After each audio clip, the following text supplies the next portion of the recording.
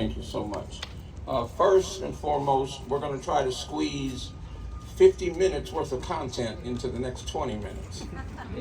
Bear with us. Second thing, Greenwich was among the first, if not the first, to raise the Juneteenth flag when we did it last year. And now we're seeing other communities and other cities do it.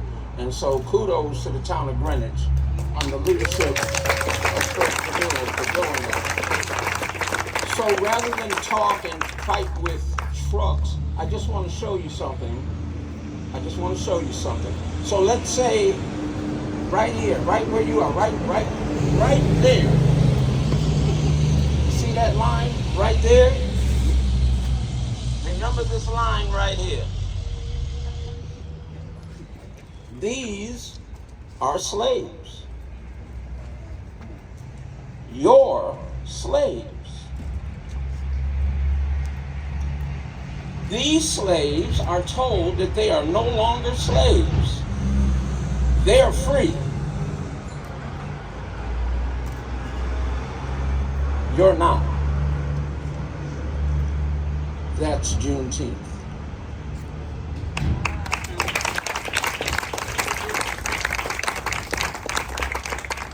Good afternoon, everyone. My name is Bobby Walker Jr. I'm speaking in my role as co-chair of the First Selectman's Diversity Advisory Committee.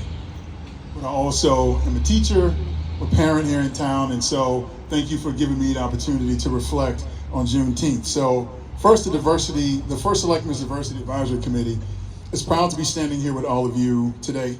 For those people who are members of the Diversity Committee, just so you know, could you just wave so you can see that there are a couple of us here around, and those who couldn't be here definitely send their thanks, their praise, and they're really excited that today is happening. So today's commemoration of Juneteenth here at Town Hall is our town's acknowledgement of the federal holiday that marks the observance of the freedom of Texas's remaining enslaved people more than 2 years after the Emancipation Proclamation went into effect and several weeks after the end of the Civil War. But I think it's important that while I speak as a co-chair, you should also know that I am from Texas. And so unlike many of you that may have heard of Juneteenth for the first time in 2020, I've actually grown up my entire life celebrating Juneteenth. So it was amazing to, thank you. So it was amazing to me when this hit the national press in the summer of 2020, how many people didn't know what Juneteenth was about. So if I can, I'll just share with you a little bit about how we celebrated as I grew up. So in essence, growing up in Dallas, Juneteenth was always a part of what my community celebrated. From a little boy until I left Dallas in 2000, I can't think of a summer that we didn't talk about Juneteenth and its significance. But we celebrated with large gatherings, family, friends, cultural celebrations, a lot of politicians, local politicians talking about the importance of the day. It was just a tremendous time. So in essence, this time was a time for us to celebrate the joy of being Black in America. We spent our time remembering the event that commemorates a denial of promised freedom and systematic oppression. But however, out of that past, and this is what we celebrated, we always spent our time acknowledging the people that we had become and the promise of a future where we were able to determine our own path.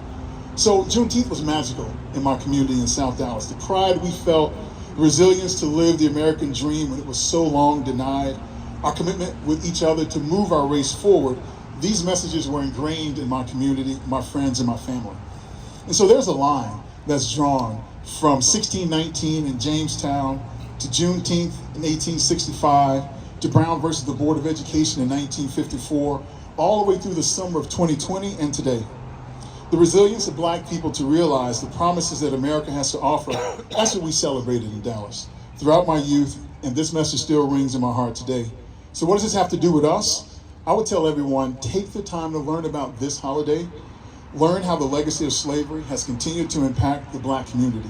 Learn how efforts around the country to stop teaching various topics in American history because of how it makes some people feel is actually denial of our greatest opportunity to honor all those who came before us and to unite to build a better future for all who will come after us.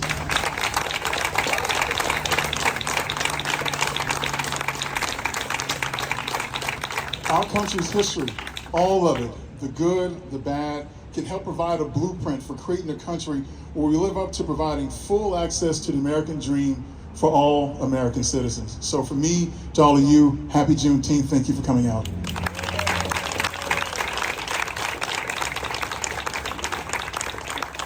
Thank you, Bobby, and thank you, Reverend Nins. Good afternoon, everyone. I'm Mary Lee Kiernan, the President and CEO at YWCA Greenwich. And you know the YWCA's mission to eliminate racism, and wait for that truck, empower women and promote peace, justice, freedom, and dignity for all. And we think about all of those words. That mission is truly unique in this community, and we really appreciate being recognized for that mission and our mission programs for domestic violence, sexual assault, and of course our Center for Equity and Justice. We applaud the Board of Selectmen for holding today's event and sending a critically important message that we all stand together against racism. We also want to thank everybody that's gathered here today. Your presence really sends a profound message to the entire community, so thank you to each and every one of you. As you've heard, in 1863, President Abraham Lincoln issued the Emancipation Proclamation, which declared more than 3 million slaves living in the Confederate States to be free. But more than 2 years passed, as you've heard, before the news reached African Americans living in Texas and other states. And it was not until those Union soldiers arrived in Galveston on June 19, 1865, that those in Texas finally learned that slavery had been abolished. The former slaves, as Bobby shared, immediately began to celebrate with prayer and with song. Juneteenth is also known as Freedom Day or Emancipation Day, and it's the oldest known holiday celebrating the end of slavery in this country. Early on, importantly, the celebrations involved helping newly freed slaves learn about voting rights and other constitutional rights and elements of freedom.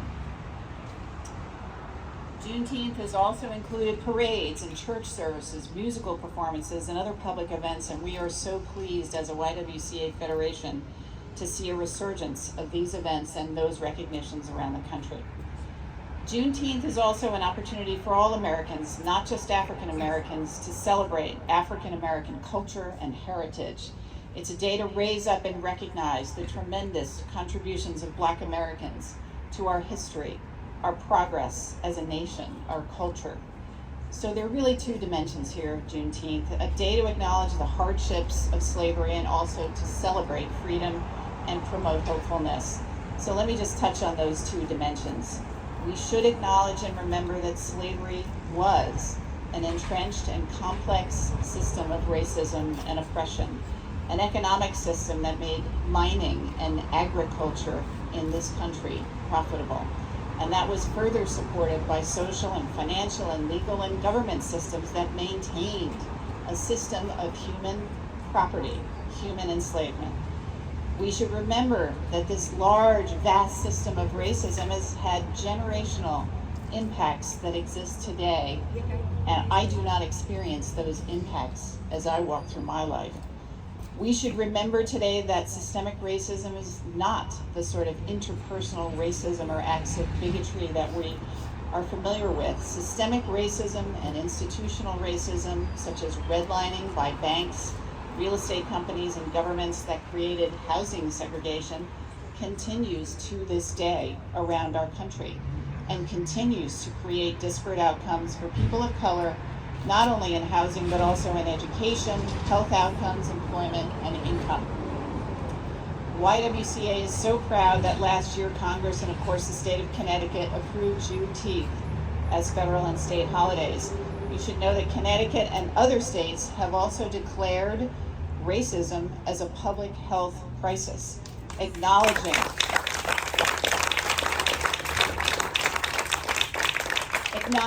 that systemic racism has had a profound impact on the social determinants of health. And there is a similar bill that's been introduced in Congress this spring called the Anti-Racism in Public Health Act of 2023. YWCAs from around the country were in Washington, D.C. 2 weeks ago advocating for this legislation, the Violence Against Women Act, and other legislation that speaks to our mission. So these are hopeful signs.